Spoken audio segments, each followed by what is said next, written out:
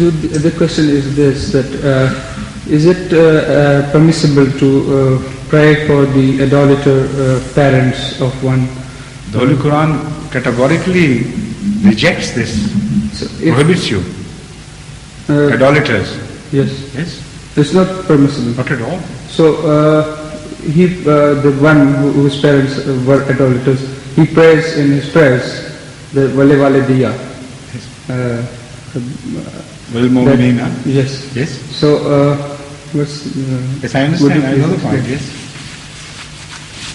This is the prayer. وَجَعَلْنِي مُقِيمَ الصَّلَاةِ وَمِنْ ذُرِّيَّتِي وَتَقَبَّلْ رَبَّنَا اغْفِرْ لَنَا وَلِوَالِدَيَّ وَاغْفِرْ لِي وَلِوَالِدَيَّ وَلِلْمُؤْمِنِينَ يَوْمَ يَقُومُ الْحِسَابُ. When he says walidayya, the word walidayya is applicable not only to his parents, but also to the parents and the parents. The whole forefathers are called walidain or walid. This word covers all the predecessors as well. But I tell you, no, I'm sorry. That is Abba. I'm awfully sorry. I mistook this word for Abba. Walidayya does not cover that. You're quite right. This is a very good point, so I'll have to think over it. When you say Abba, in that, of course, your predecessors are all covered. But Walidayya is a sigha of tasniya. It only speaks of the two parents which you had. So there are two aspects to this. One is when you read the Holy Quran and go through this verse, then it is not a prayer which you make. It is referred to others and you read it as a story.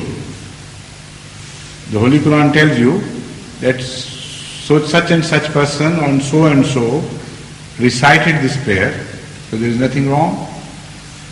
Now, as far as a person is concerned individually whose parents happen to be idolaters, in the prayer he must not recite this, nor outside the prayer.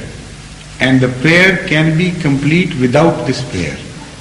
This is a very fundamental point to be understood. If this prayer were obligatory, then this objection would be valid. But this prayer is not obligatory.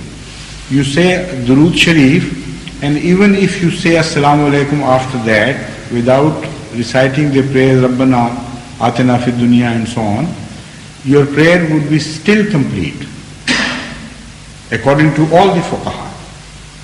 So these are prayers which are non-obligatory prayers.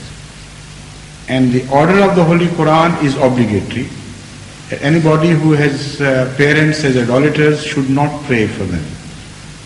So this is why no Muslim, if he happens to be the child of idolaters, must not recite this prayer in the this verse in the prayer.